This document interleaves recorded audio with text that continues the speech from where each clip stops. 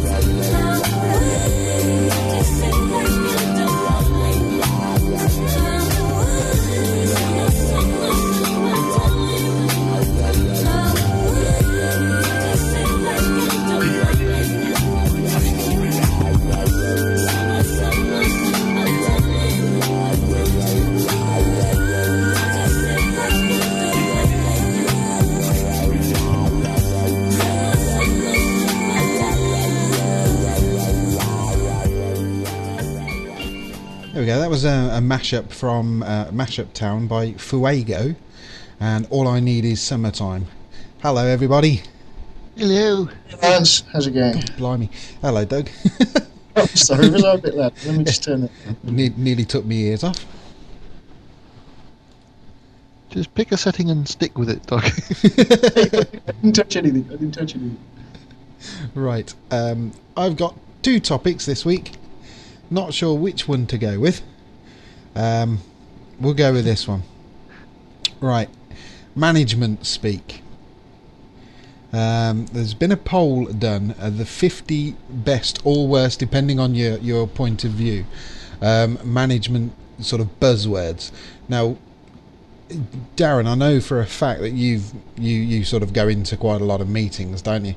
Absolutely. Do you suffer from these buzzwords in meetings? Blue sky thinking? I'll take planning it. ahead? I'll take sort of thing? I'll take that as a yes then. What about you, Doug?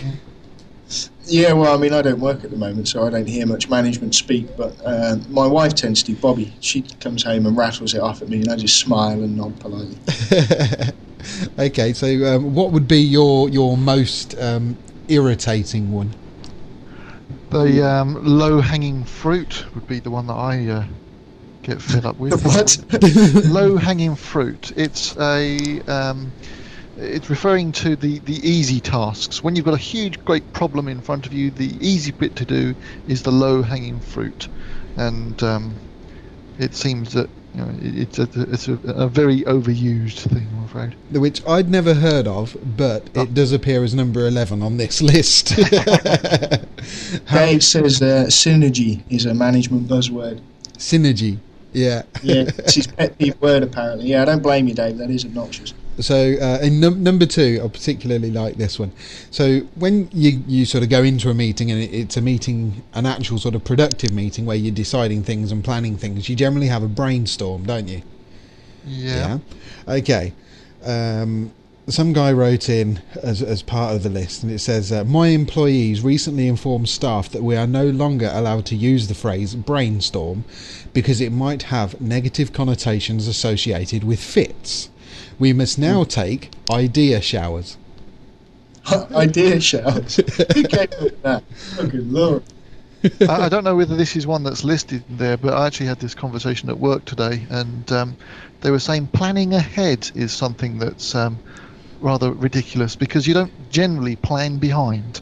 No. You don't generally look back and plan what you're going to do yesterday. So Yeah, the very fact that you're planning means that you are planning ahead. Absolutely, yeah, it is on the list. Well, it's close. They've got pre-plan. Yeah. Yeah, which is very true, because like you say, you're planning. That means you're already doing it ahead, aren't you? How about, let's touch base about that offline? Touch base. God, that's an obnoxious. Which apparently means, I think it means have a private chat, but I'm still not sure. that is what it means, yes. Yeah, we'll touch Do you base. know, what I used to hear that I always hated was when people would say, by end of play today. Yeah. Oh, that just really grates my nerves. What are a few of the others? Blue sky thinking was another one that... Yeah. It's like... Going forward together. Yeah.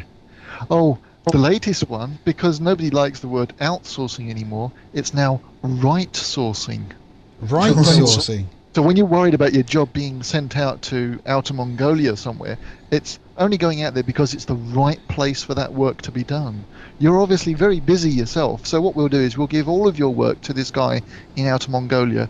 Does make you redundant, but I'm sure you'll be alright with that. How about, we've got our fingers down the throat of the organisation of that nodule? That one I've never heard, thank God. Which translated to mean, we sorted out the problem to cover your backside. Aggressive, isn't it? Yeah. Yeah, there you go. Number 28, close of play. Here's the one that gets me. They use it in my office. Our sales guy uses it quite a bit. When he wants me to do something, he wants me to action it. Action it? You mean do something? Yeah, exactly. You guys ever play meeting room bingo? Buzzword bingo. Yes, I have. When I used to work with Darren, actually, we used to have weekly meetings with our American counterparts, didn't we? Yep. And quite often we'd sort of have a little bit of a laugh with that. Although with him, I seem to remember that the guy in the US, when we were on telephone conferences, he would tend to just go, uh-huh, uh-huh. and that was what we were trying to count. And we'd have little tally sheets of every time he said, uh-huh. Because when you've got a time delay in these conversations, him saying, uh-huh, you'd stop because you thought he was about to say something. And he'd carry on and he'd go, uh-huh. It's kind of like having a Skype conversation, isn't it? Yeah. It was back then, when telephone conversations were real telephone conversations, none of this digital lark. No. If you don't have enough time to do something, you have not enough bandwidth. Again, not heard that one. No. You can have your cake and eat it, so you'll have to step up to the plate and face the music. Step up to the plate, that's one I hate. Yeah. That's really annoying. Well, I think I read baseball euphemism. Sorry? It's another baseball one. Yeah. Cascading. Going back, Lance, to the last one, that have your cake and eat it is a bit of a silly one, isn't it? Because what's the point of cake if you can't eat it? Absolutely. Leverage. I hate that one. Leverage. You're no longer made redundant. We have a reduction in workforce. Yeah. It is a polite way of putting it. Makes you feel less bad, I suppose. Yeah. How about the strategic staircase? No, I never heard that one. What is it? Does it say? It's office speak for a bit of a plan for the future. So we're moving on up the strategic staircase. So what's the number one on the list that you're looking at? The number one, let me scroll back up because I did it in the wrong order, is going forward. Yeah. Going forward is the most hated one. Product evangelists. They're not... no, hang on, sorry. Anyone involved in a particular project was encouraged to be a product evangelist, and software users these days, so we hear, want to be platform atheists, so that they can... Atheists? Yeah, platform atheists, so that their computers will run programs from any manufacturer. Yeah, that was a bit silly, wasn't it? My other topic is equally silly and possibly even more bizarre. A Romanian village have re-elected their dead mayor to prevent his living rival winning. Well, I caught a glimpse of that the other day. I never read it. That's better than having the monkey god from last week. Yeah. Some bloke whose name I can't pronounce, Neculai Ivascu, who led Vontesi for almost 2 decades, died from a liver disease on Sunday, and it was too late to cancel the contest. And the village's loyal residents still gave him 23 more votes than his rival, Georg Dobrescu, of the ruling National Liberal Party. I know he died, but I don't want change, one villager said. Like death isn't a change. Yeah. In a controversial decision, the electoral commission tried to kickstart him. No, the electoral commission declared the runner-up and rival, Mr. Dobrescu, the winner. How perhaps his opponent have felt to have got beaten by a dead guy. Man, yeah. The guy's dead and they still voted for him and said, no, we'd rather have a dead guy than you, thanks very much. Yeah, that's going to knock your confidence a little bit, isn't it?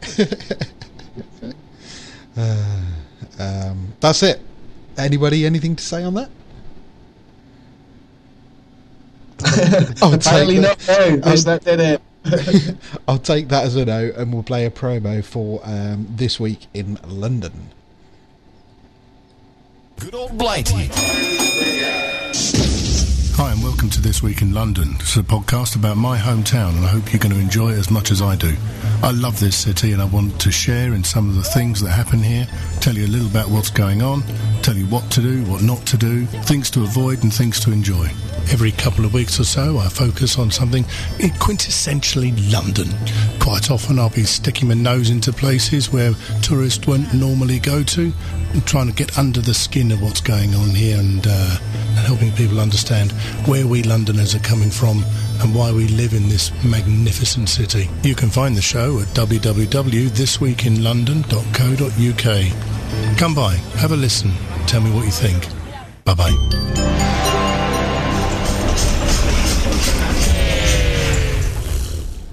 Yeah, I asked that promo be put into the show this week because I've been working in London and listening to my podcasts and catching up, and especially the last two shows that Paul has done for This Week in London were really, really good. They were about first show was about Buckingham Palace, and you tend to think that Buckingham Palace is steeped in history and has been there for thousands of years, but it was first used as a house of the royal family by Queen Victoria. Really? Yeah. So I thought it was older than that, and something that I didn't know was that Marble Arch was actually designed to be part of Buckingham Palace. And it was during its construction that they stopped and moved it up to where it is now at the top of Park Lane. No, I didn't know that. Why did they do that? Because it was too much. It was overpowering of the actual building itself. But they liked the idea of the arch, but having it in front of the palace as it wasn't becoming. So they moved it. And the whole story behind it. Have a listen to the show because it's fantastic, all the details they go into about it. It wasn't built for Queen Victoria, but she ended up being the first monarch to live there, and the house was completely inappropriate for her. So she had a whole lot of work done on it after it had only been built sort of 5-10 years on its own. So that was the first one. The second show was all about the Docklands Light Railway. And Paul has actually had an interview with the marketing team at Docklands Light Railway, and he recorded that. And it's interesting because Paul actually uses the DLR himself, and he's used it since a couple of months after it opened. And so he's sort of talking to them as a user, and they're talking to him from their aspect of it, as how it's designed, how it's going to be used for the Olympic Games, and where it's sort of branching out to, and why it's been developed and how it's been developed. Silly things like for load testing, they actually filled the trains with dustbins full of water, just to get an idea of the performance when you've got sort of people, because a dustbin filled up to a certain amount of water is going to be about the same weight as a person, and silly things like that. Just it was amazing. They do similar things with airplanes, don't they? When they take those up and test them, they load them up with weight like that. Yeah, but yeah, so go have a listen to This Week in London, and I'm sure you'll enjoy it, especially if you know London. Okay, now, so some of you know, some of you may know, some of you may not know, but I met my wife over the internet, and we've spent the last 3 years going through the American immigration process with visas and stuff like that. And it's been a long slog, and it's slow and it's expensive. And I just wonder what you guys, Lance and Darren, and what you think of immigration process in countries like England and America. Do you think they're strict enough, or do you think they're too strict? Well, I don't know whether anybody else knows, but I met my wife on the internet, and we got married in the States. There's a theme here. Yeah, we got married in the States. We came over here, and within a few months, she was working. And immigration-wise, it was an absolute doddle and relatively cheap to do. Going back out to the States, we've now been married for 10 years, and so again, me applying to live out in the States, it's relatively cheap, and it looks like it's going to be a doddle to do. So I have no problems with it at all. Well, I guess from Darren's point of view, that was all pre 9/11, wasn't it? No, the big difference is how and where you do things. So if you move to the country first and then try applying for citizenship there, or however you're going to do it, then that can be lengthy. Barbara never actually applied for citizenship. She just stayed here on a extended visa, which eventually became citizenship, simply because she's married to me and she's been here long enough. Now, Sorry, when you say citizenship, do you mean green card, or do you mean actually becoming a British citizen? It's not green card for the UK, is it? What's it called? Permanent residence. Mm-hmm. So she didn't actually go for British citizen. She's not got a British passport, but she had permanent residency here, and she was allowed to work here. She had a national insurance card and had to pay British taxes. So that's pretty much all you need, really. Well, pretty much the way we did it was we applied for a fiancé visa first of all, and I came over here and married Bobby, and then and now we're applying for the adjustment of status. So we're just applying for a green card as well, and hopefully it'll be about 10 months from now I'll get it. So but I mean, that's certainly right. It did certainly become a lot more strict after 9/11. They changed. Really? Yeah, it did, and costs went up considerably as well. Yeah. So I think that with you, how long have you been married now? Nearly 2 years. It'll be 2 years on Halloween. I've been over here 2 years. I came over here in August. I think that the 2-year barrier is a big thing when it comes to residency out in or working out in the States, because they want to make sure that you're not simply doing this to get into the States. So if you've been married for more than 2 years, then it's probably not just a marriage of convenience, and that's where the things sort of change. Yeah, absolutely. I mean, had we gone for the final interview before the 2-year barrier, you have to do a 2-year probationary period as a permanent resident. And then you have to apply, and it costs you another $1,500 now to change it to a permanent resident. But because we'll have been married 2 years by then, we don't have to pay that. Well, I'll just get regular permanent residency. So, I mean, I suppose it's not been too hard. You know, I mean, you are moving to another country, so it's a pretty big deal. But sometimes some of the things seem frustrating or unfair. So that whole thing about having to learn the words to the national anthem and that sort of thing, yeah. Well, no, I mean, you only have to do that if you're going to become a citizen. And I don't know if you're not doing... No, okay. No, I'm not sure about that. It depends if I'd have to give up my British citizenship. If I would, then I'm not going to do it. You would. Stay here with my green card forever, so... Yeah, you would.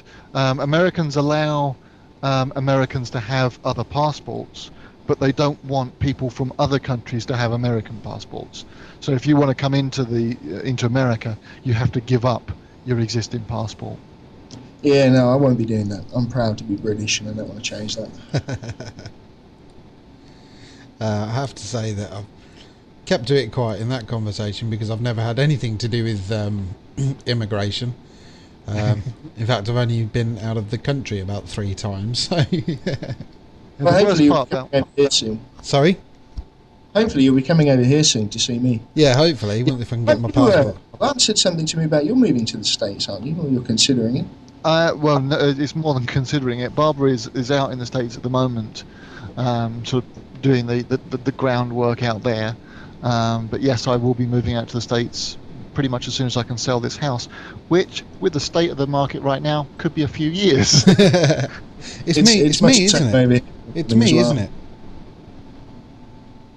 Sorry, you both spoke. So did Leone... Sorry, my voice squeaked then. Did you hear that? I'll try that and sound manly this time. Did Leone say that they met their other half online? Leone? No, Yeah. Dave met his other half online, but that's within the same country. And I met Sam online, and that was in the same country. Yeah, it's definitely easier in the same country, guys. There's no doubt about that. Yeah, although I did have to go through like a minor immigration thing to move to Nottingham. Have you ever been to see the tree in Nottingham? Yeah, with you. Robin Hood's tree. That was a bit of a letdown, I have to say. Yeah, I went with you, mate. Is he not there anymore? There's a sign in front of the tree that pretty much said, Robin Hood may or may not have existed. He may or may not have lived around here. This may or may not be his tree, and this may or may not be his final resting place or something. Yeah. Really, I mean, it would be a lot cheaper just to have one big sign that said, we don't fucking know. If you remember, we went up there on the MR2, when I had my MR2, we went up and met the MR2 Owners Club, and one bloke turned up, the chairman of the club, and he wasn't in his MR2 because he'd brought his dog with him. Yeah, that's right. You were the only one in an MR2 at the MR2 Owners Club meet. That was it. I remember Which was a little bit disappointing. I don't think I ever went out with him again after that.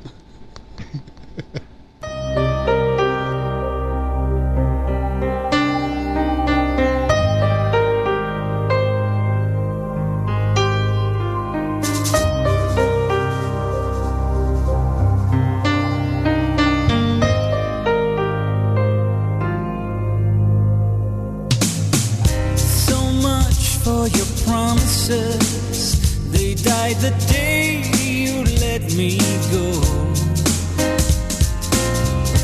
Caught up in a web of lies, but it was just too late to know.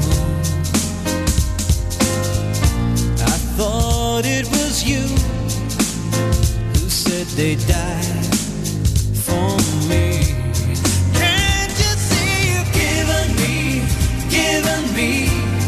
Nothing but shattered dreams. Feel like I could run away from this empty.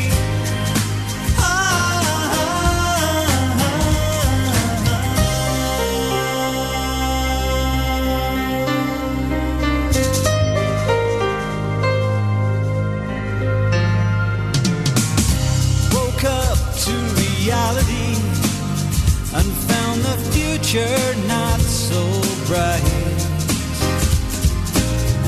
Well, I dreamt the impossible, then maybe things could work out right. I thought it was you who said they died for me. Can't you see you've given me nothing but shattered dreams. Feel like I could run away from this empty heart. You know you've given me nothing but shattered dreams.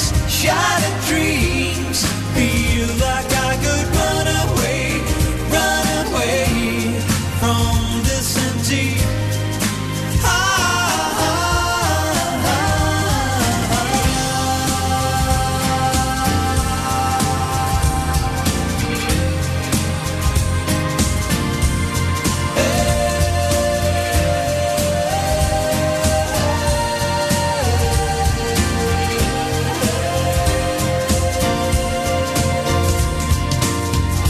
I thought it was you who said they died for me.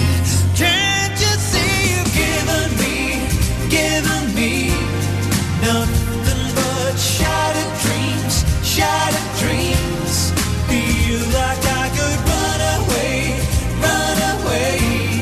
from this empty heart. You know you've given me nothing but shattered dreams. Feel like I could run away from this empty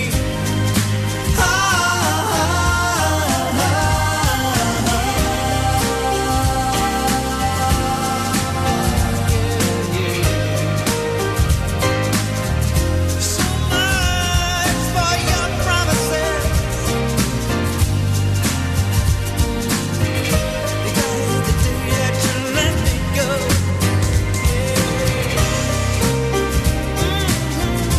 I dream the impossible.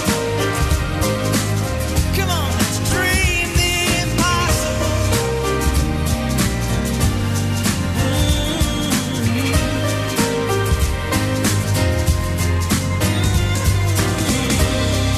Dream the impossible. I still dream the impossible.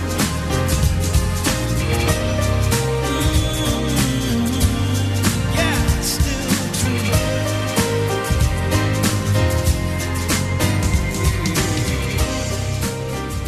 Yes, that was Shattered Dreams by Clark Datchler.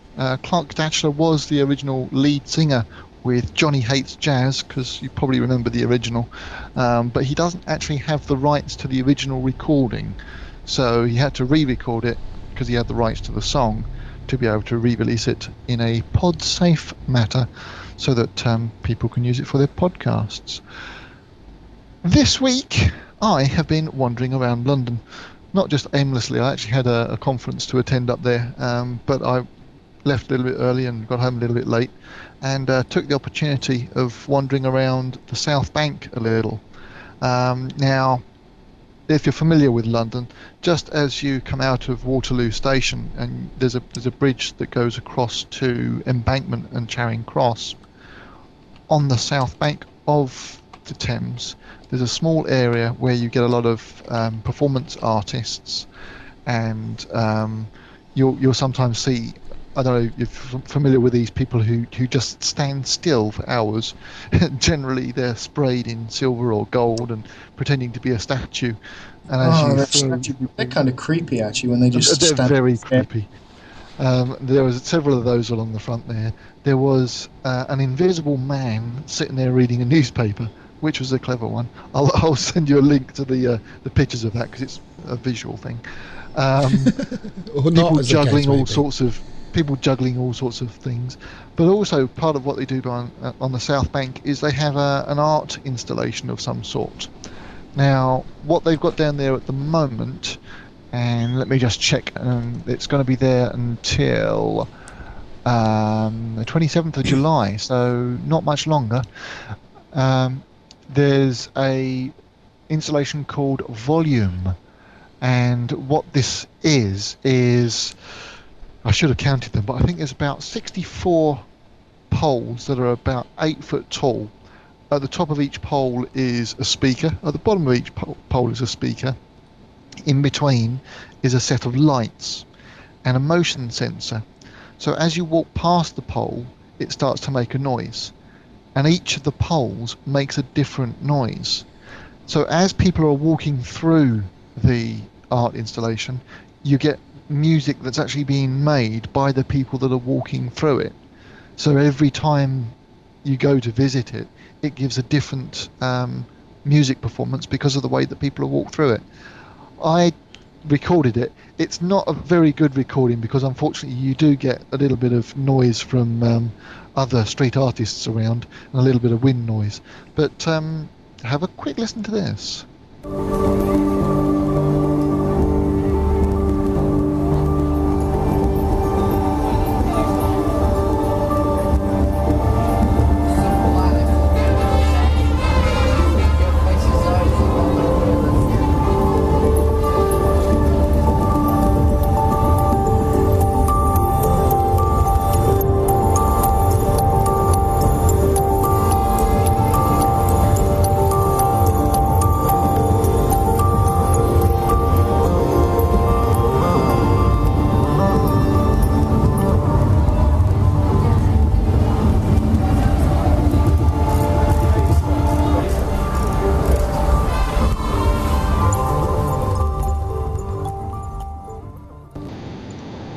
Yeah, just a little snippet there because, like I say, the sound quality wasn't that fantastic, but it's almost hypnotic, sort of standing there in front of these poles with the lights pulsing and beaming around.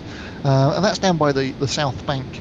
If you don't see this particular installation, there will be something else there. There's always something down there. Is this the same place where when we went down a few weeks ago, a few months ago now actually, they had all those guitars? No, the guitars were further down. The guitars were down by Tower Bridge. Yeah.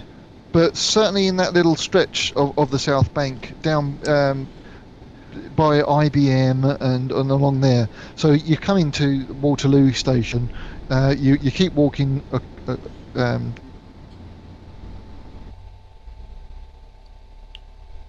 Hello? We seem to have lost Darren. We seem to have lost everybody. Okay. Just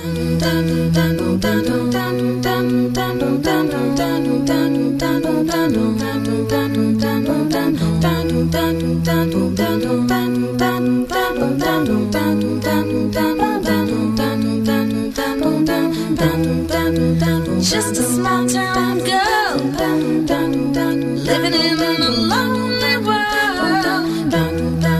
She took the midnight train going anywhere.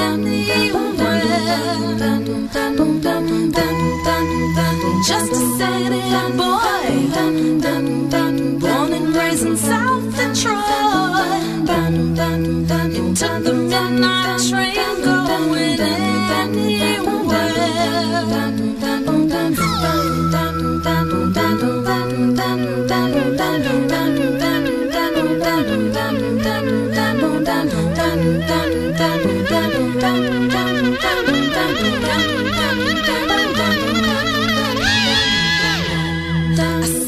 In a smoky room, the smell of wine and cheap perfume. For a smile that can share the night, it goes on and on and on and on. Strangers waiting up and down the boulevard, their shadows searching in the night.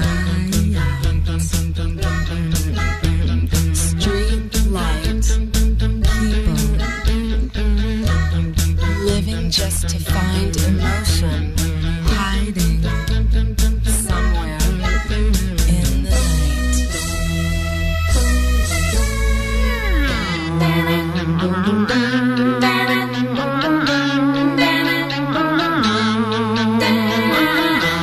Working hard to get my fill. Everybody wants a thrill.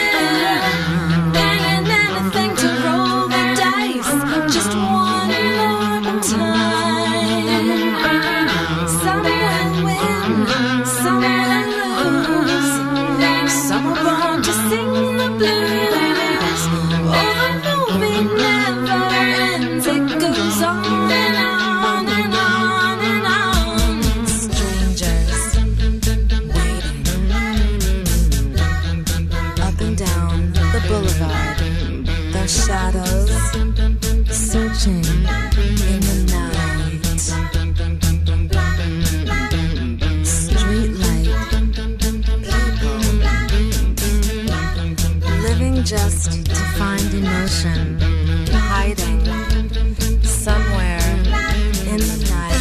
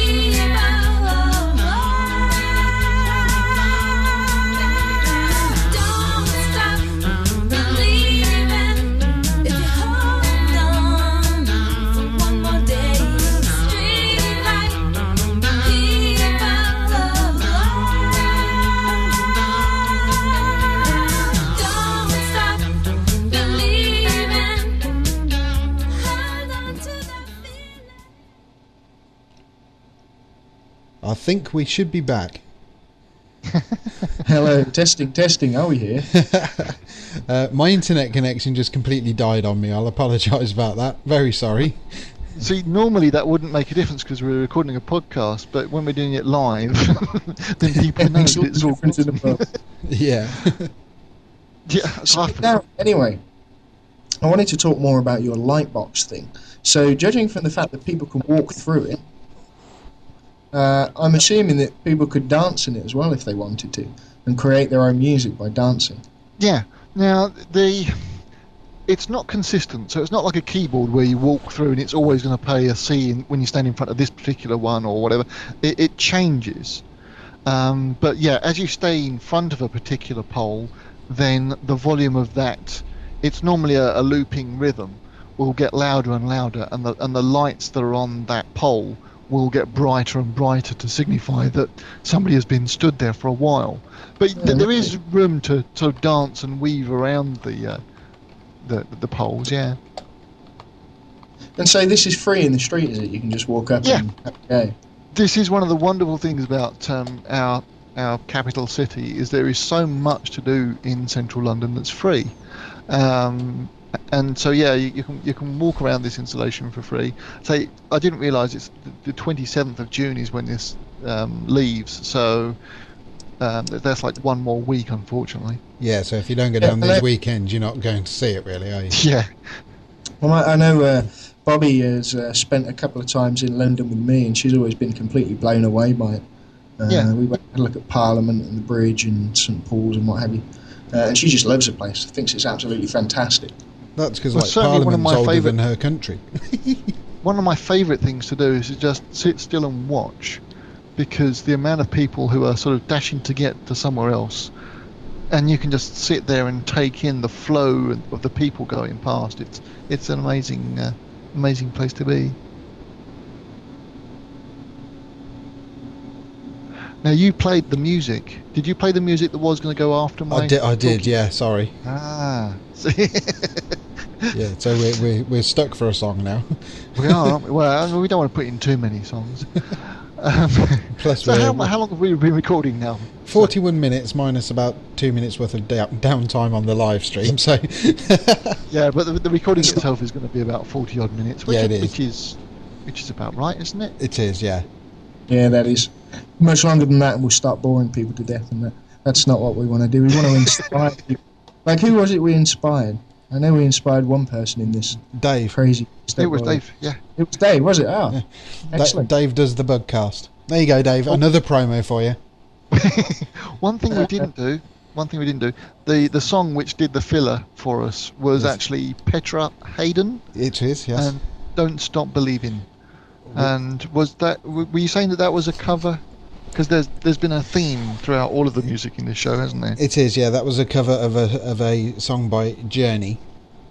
So all of the songs that we've played have been, have been commercial successes, not just tracks from the PodSafe Music Network.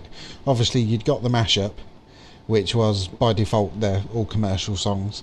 We had the Clark Datchler Johnny Hates Jazz reworking of Shattered Dreams, and Petra Haden doing an a cappella version of Don't Stop Believing. I missed that. I'll have to listen to the show afterwards, so I did like that song when you played it for me earlier. Unfortunately, owing to our technical difficulties, we didn't get to hear the song. I did. It was really good. I'll listen to it later and I'll leave a comment.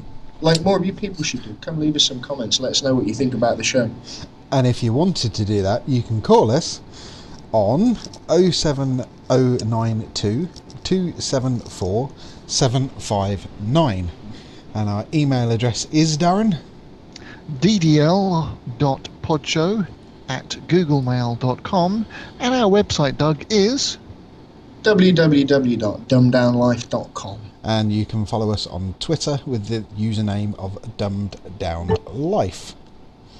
That just about wraps us up, doesn't it? Yeah, it'll do. Yeah, I think it does. That'll do. Don't sound so enthusiastic, Darren. That'll do. That'll do, donkey. Right, until next week, we'll see you later. Bye. Bye.